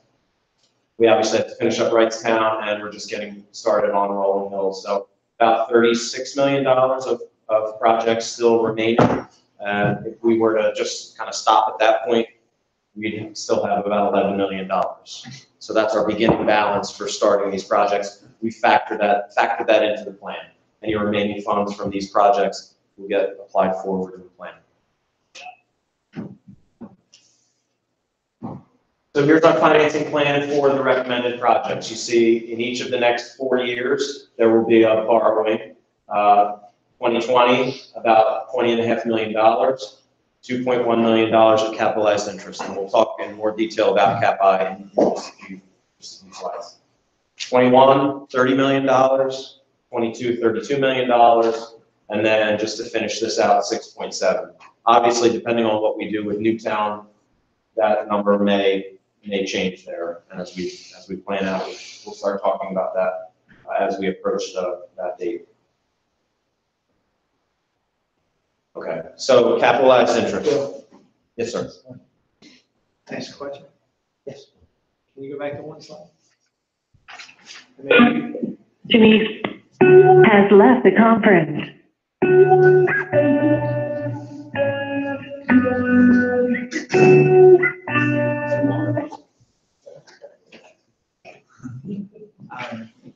Maybe you're going to talk about this, and please interrupt me if you are, but this is, so I'm concerned about interest rates going forward. And there's a timeline that we have to use the funds. Is it 5 years? when we borrow funds? Yes. You have 5 years? Yes. And there's no, like, it doesn't matter if we have a plan, $100 million plan that we're using over the next 8 years, whatever the case may be. But I'm wondering if we can, did you look at front loading this, considering interest rates are low? I'm assuming they're going to be higher in 22, 23, certainly, when we're borrowing 30 million and 32 million. Does that make sense what I'm asking you? Yeah. Does it make sense to borrow more now? Understand that we'll be making interest payments, and there's an offset to that too, but we get a correction to the average of where we should be, and we're looking at a Right, so treasury one, rate of 5.5, it's gonna be. right, so there's two alternatives that I can see just kind of off the cuff here. One would be that we would, if we accelerated some of these borrowings, we would need to use more capitalized interest. And doing that, you're borrowing more, you pay a little bit higher on that. The other option, which I'd have to explore a little bit more with PFM, would be what's called a cash forward hedge, where we would try to hedge that interest rate, but it's sort of a swap transaction, and I would just want to walk them through. There's times when you want to use that, and times when it doesn't make sense. So if you'll allow me, I can work through them with that. But let me try to tie the plan together and then see if that's something. Well, let me ask just one more question. You move on. What interest rates are you assuming 21, 22, 23? We are assuming. My computer wants to wake up. I'm going to guess that it's current MMD plus 125 or 150 basis points. So you're right. This Increasing or static? Increase. Plus. So plus you have plus growing each year, or you're jumping up 125 basis points and you're staying there? I don't want to answer that without confirming it with PFM. Okay. I'm not 100% sure. Can you find out? Absolutely. Yes, of course. Okay, so capitalized interest. What we are doing, if you use capitalized interest as a financing tool, is you are borrowing funds and setting them aside to pay future interest expense. Okay, so think about it this way. If I want to borrow $100 from Dr. Frazier, and then I tell him, initially I tell him I want that $100 in a year, and I'll pay him back over 2 years. If I then come to him and say, I want that $100 now, and I'll pay you back over 5 years, he's going to demand a higher interest rate, right? He's going to give me that money sooner, and it's going to be out of his pocket for longer. So that's the concept of capitalized interest. You're trying to use the tool to meet your budgetary constraints and your schedule constraints, okay? So you're paying for that premium to buy the schedule that you want. So you've seen how all these pieces of the project sort of fit together. So this is an appropriate time to use capitalized interest because you've got lots of contingencies that if you kind of pull out one piece of the puzzle here, the plan, the savings you might get from, or the savings you will get from Hillcrest and Richboro renovations that achieve, you don't get those savings if you don't have the schedule that you want. So right here, this table just kind of shows you the breakdown of those borrowings I showed you on this slide and how the capitalized interest factors into that. So the total borrowing is $89.2 million. $7.4 million of that is capitalized interest. The issuance costs are fixed. That's a constant in all of the scenarios. And then the deposit into the construction account, which we would actually be able to use towards the project, would be $79.80 million, rounding up.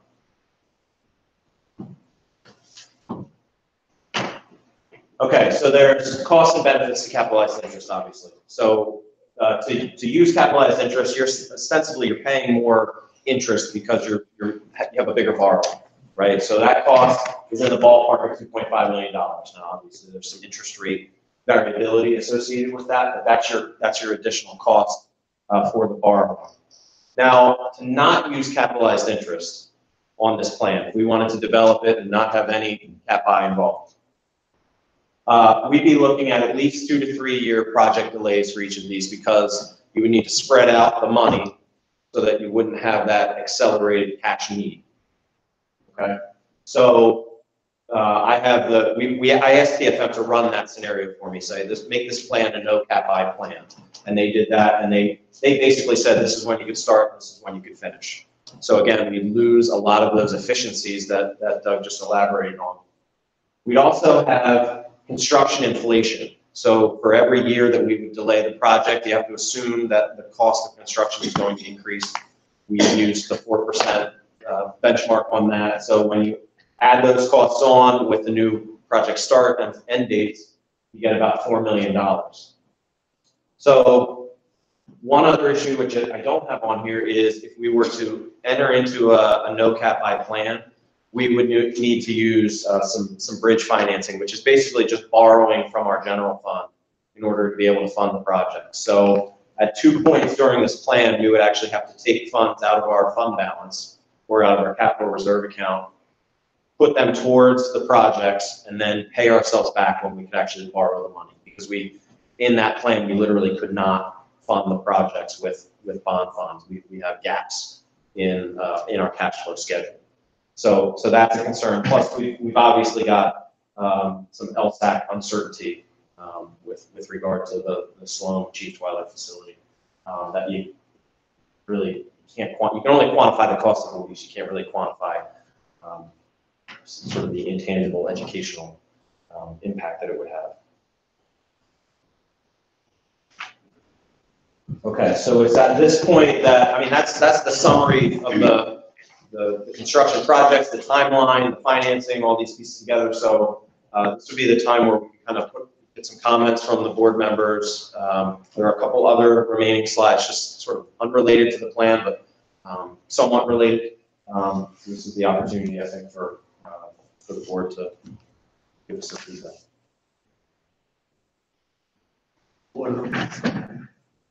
Anyone?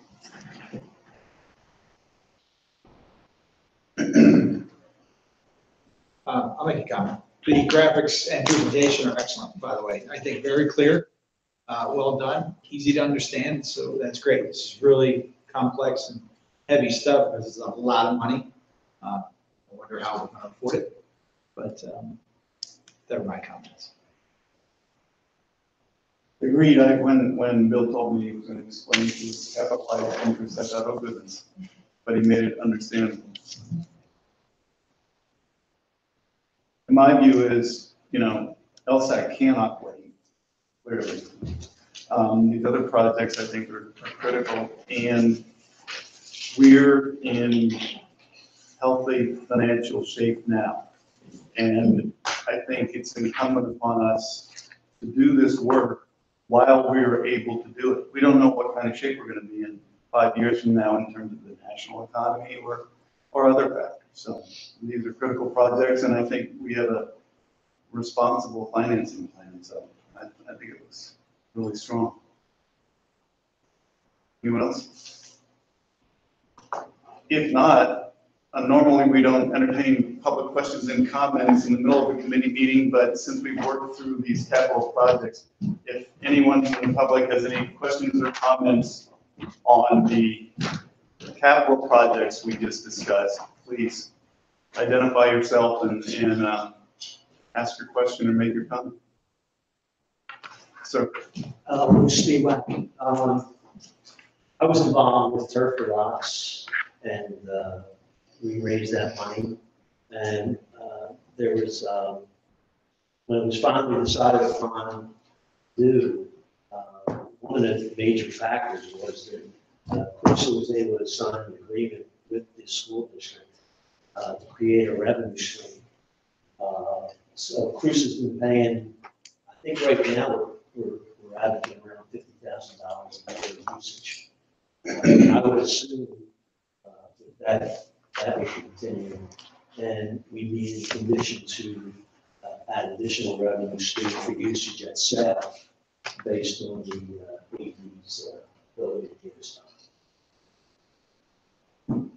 That's it. My name is John McGinley. I live in Holland. I'm a parent. I'm also a teacher and a coach from another district. We got Turf about 6-7 years ago.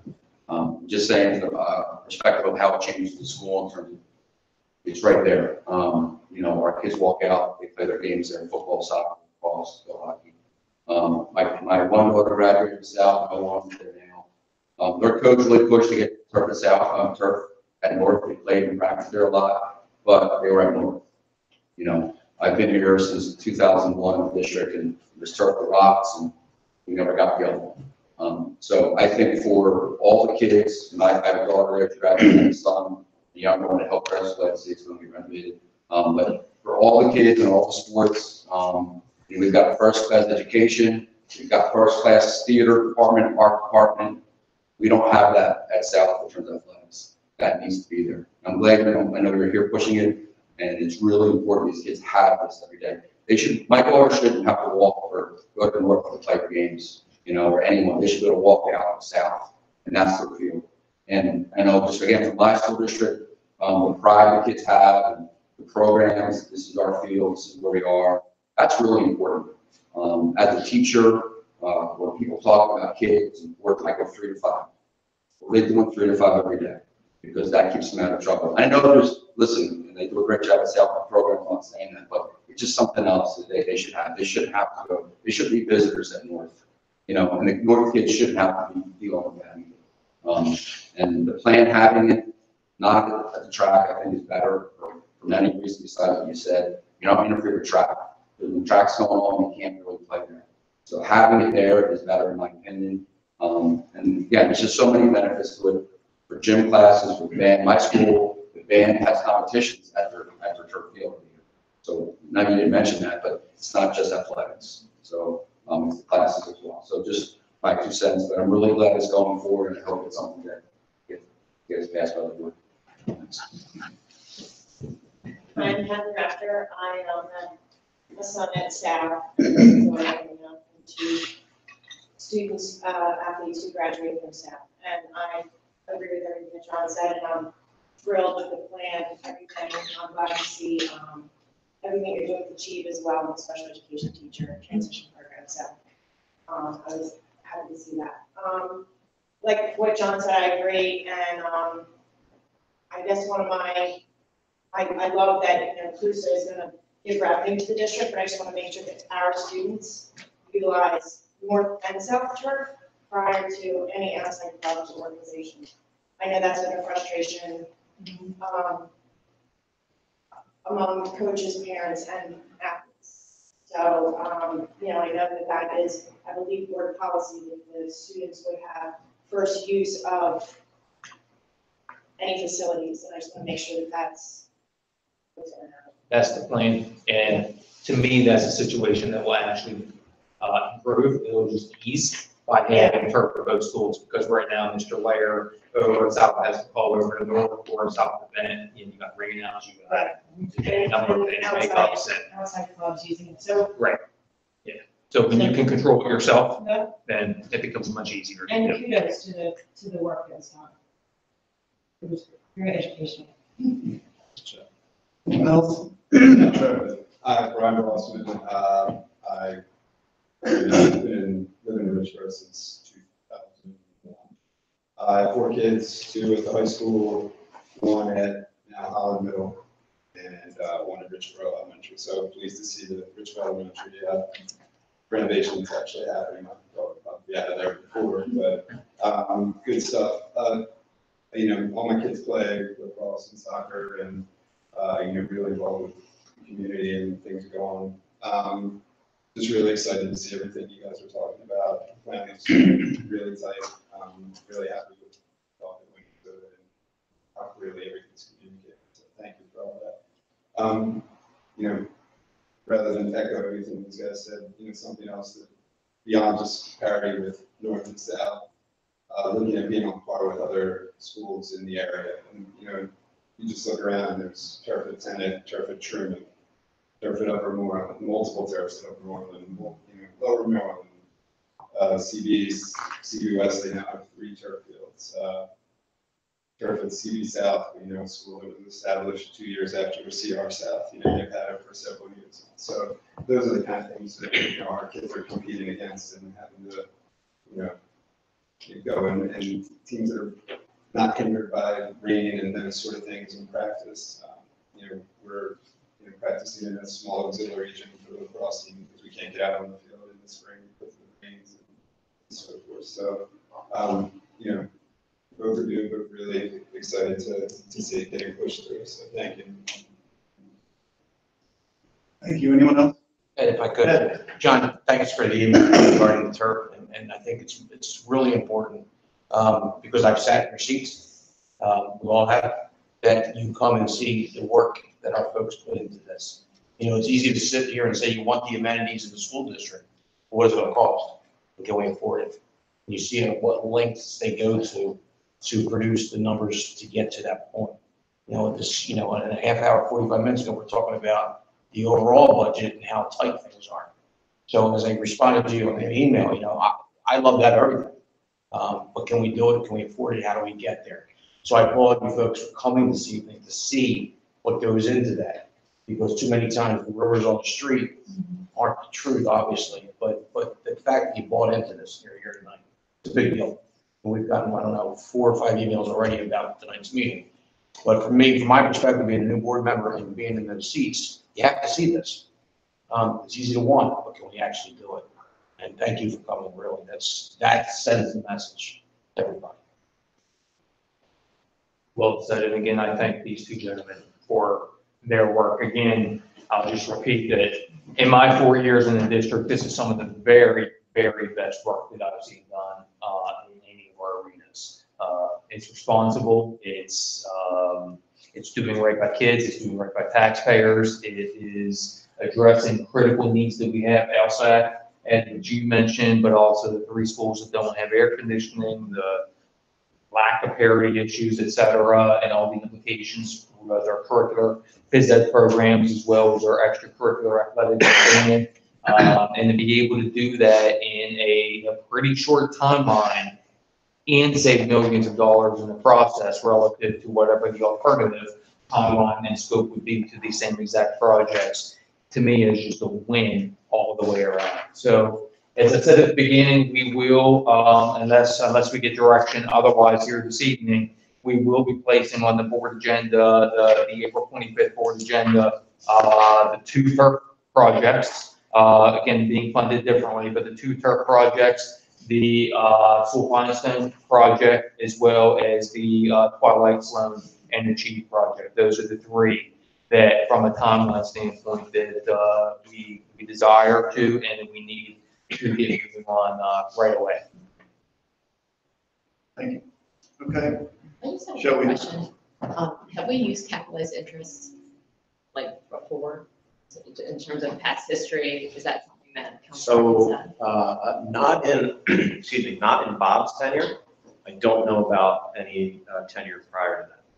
I can ask BFM and see if they have historical information.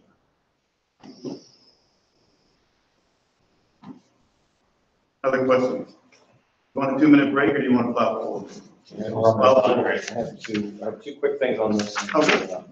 Still on. So the next 2 items are project related, but not necessarily impactful on the recommendations that we made for you tonight. So I just wanted to remind the board, inform the board that the state several years ago put a moratorium on the plan-con process, which is the process that school districts follow in order to get reimbursement for construction projects. That moratorium continues. However, we have been, for all of our projects, continuing to follow the plan-con process in the event the state lifts that moratorium and retroactively reimburses districts. So we get about 7% reimbursement on projects. And I had our architect pull some prior data. So based on the estimated value of the projects that we put forward to you, we are not receiving somewhere between $3 and $6 million in state reimbursement on these projects. So just consider that in the context of if the moratorium were in place, if the state had its fiscal house a little bit more in order on this front, we would have those costs offsetting the costs of the local folks here. So just we hope that maybe we get this back later. And the last item is MBIT. So as you're all aware, MBIT is going through the process of their own capital planning and what they need in their facility. So right now today, and I say this with a big caveat, the estimated cost of the total renovation is just over $9 million. Okay, so now that encompasses this work right here. The reason I say estimate is because that I know that they have just gotten a study back on their lintels, which I learned are not a nutritious lagoon. They are the verticals. They're the span that goes between two supports. They are very likely going to have some additional costs associated with those lintels, which would increase that number. And there's also a welding lab expansion that they've been considering. I've seen the lab, I've been in the lab, it is tight. And I think that it's probably necessary, but we just are a little concerned about their cost estimate around that number. I know Doug has looked at it, and we are gonna just make sure that we have an appropriate figure in here. So I say $9 million just for the sake of scope, right? It's not a little bit of money, but it's not, tens of millions of dollars. So just remember that that's an estimate. So our share of that estimate is $2.9 million. So again, just to clarify, we do not have 32% of the enrollment at MBIT, but the articles of agreement state that the 4 member districts share based on the market value of property within their school districts. So Central Bucks and Council Rock carry the lion's share of the associated costs for any renovations at MBIT. And that's not just an MBIT thing, that's pretty common in career and technical centers across the state. So our cost, again, $2.9 million. Now, there are a couple of ways that we could finance this when it inevitably does come down the pike. So the cash option I've outlined here and the CRSD bond option are the most similar in terms of what they might displace. So if we use cash, there's obviously no real interest cost to us. We're not borrowing funds to pay for this. We use our fund balance. However, it's a push-pull situation. So we take that $2.86 million and absent increasing our annual contribution to summer projects, we basically be pulling all that money out. So in order to fit that in to the existing $3 million number, Doug would have $140,000 left for summer work. So we'd either have to increase it to 5.86 or just push off summer work. So obviously, in the fund balance position that we're in, I'm not quite comfortable recommending that we would finance it with cash at this point. So similarly, the Council Rock bond, if we could use some of the bond proceeds that we just talked about to finance this project, and that would come at a slightly less costly way, because the school district can borrow using what's called a general obligation bond. It's backed by the fact that this board has taxing authority. That taxing authority doesn't exist at MBIT, so they have to go out for what's called a revenue bond, which means that their funds are contingent on the member district's funding. Now, obviously, school districts are very sound financially, and very rarely do they not pay their share, but that extra layer of risk increases the interest cost. So the difference here, though, is that if we were to use the revenue bond through the MBIT authority, it would be built into our general operating budget. So assume a 20-year borrowing of that $2.86 million. We would pay that share over the 20-year period through our annual contribution to MBIT. So our budget would go up, but it would go up only on that pro rata basis of whatever the principal plus the interest cost would be. So it's not really a significant annual impact, but you still have to sort of weigh the higher interest cost overall for the revenue bond versus taking it out of our GO bonds or our fund balance. Yes. What is the difference between the general obligation and the revenue if you have it? Yeah. Because I think it's much smaller than it used to be. $105,000 over 20 years. So it is not really significant. Spread, the interest rate spread on that. I have it, I will look it up. I don't know. But yes. 105,000 over how long? Sorry? 105,000 over how long? 20 years. 20. Yeah. So it's not a lot of money, $5 grand a year. So that if we don't have to make a decision tonight on how we do that. So when the costs are finalized, I'll bring a recommendation for how I think that we should propose paying for this. But again, just wanted to put it on your radar while we're talking about capital projects, that it's coming down the pike fairly soon. What is the timeline? So I don't believe that 1920 is a reality anymore. The borrowing might happen in 1920 for work to be done in the summer of 20. So it's possible that we might be having a discussion at this time next year for the budgetary impact. So I think the fall will be sort of the lead up to having to make a decision and build it into our operating budget for next year, 2021. Any other questions on MBIT before we move on to the board items?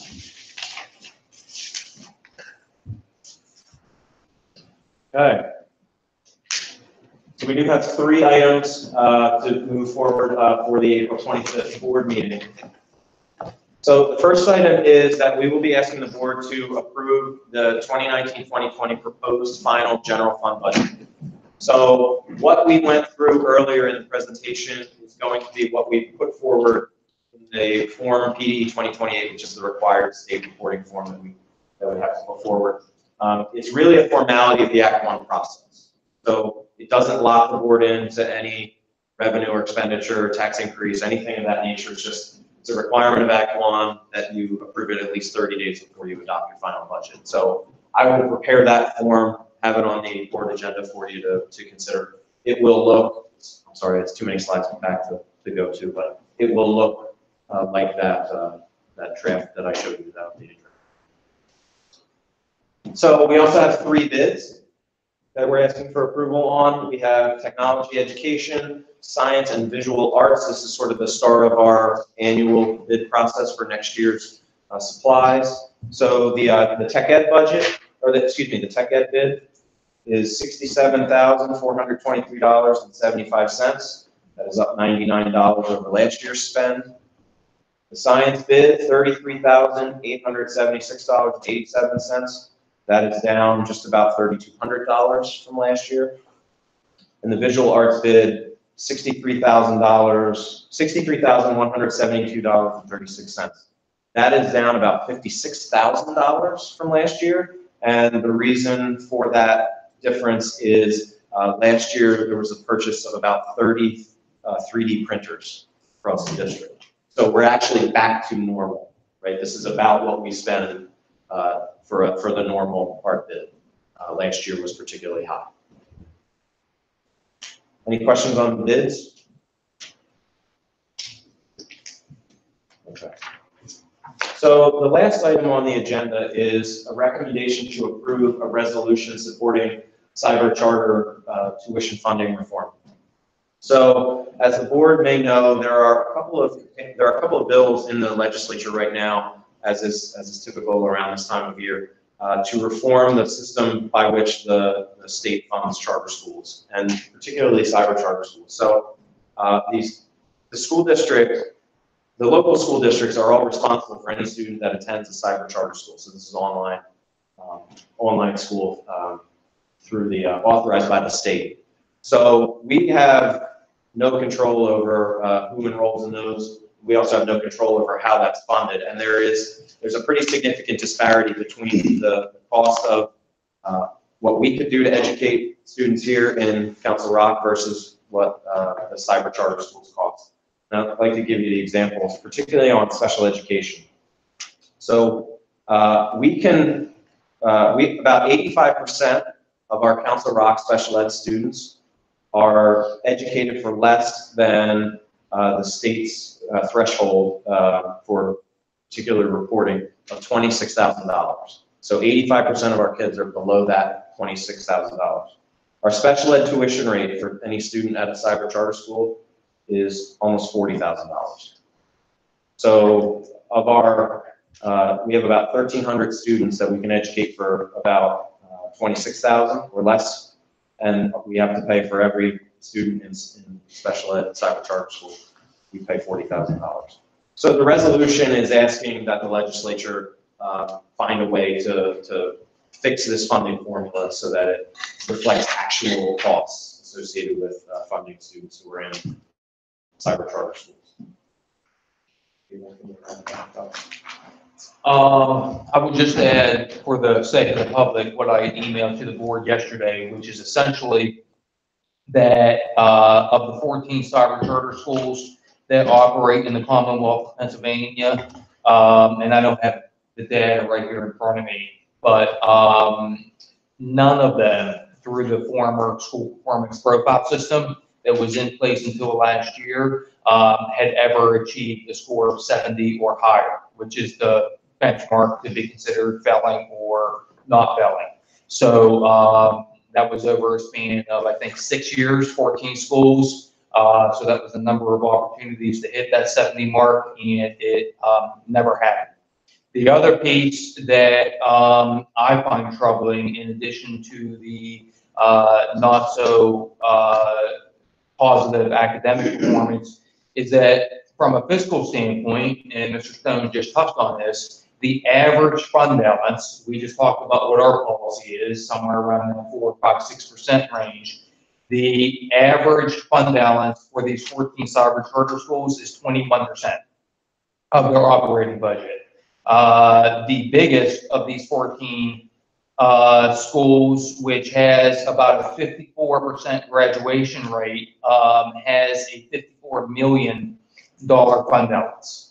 So I would tell you that as a public educator, as a superintendent, my general philosophy is I want to see each child where they are going to thrive the best. So I am more open-minded than what some folks are.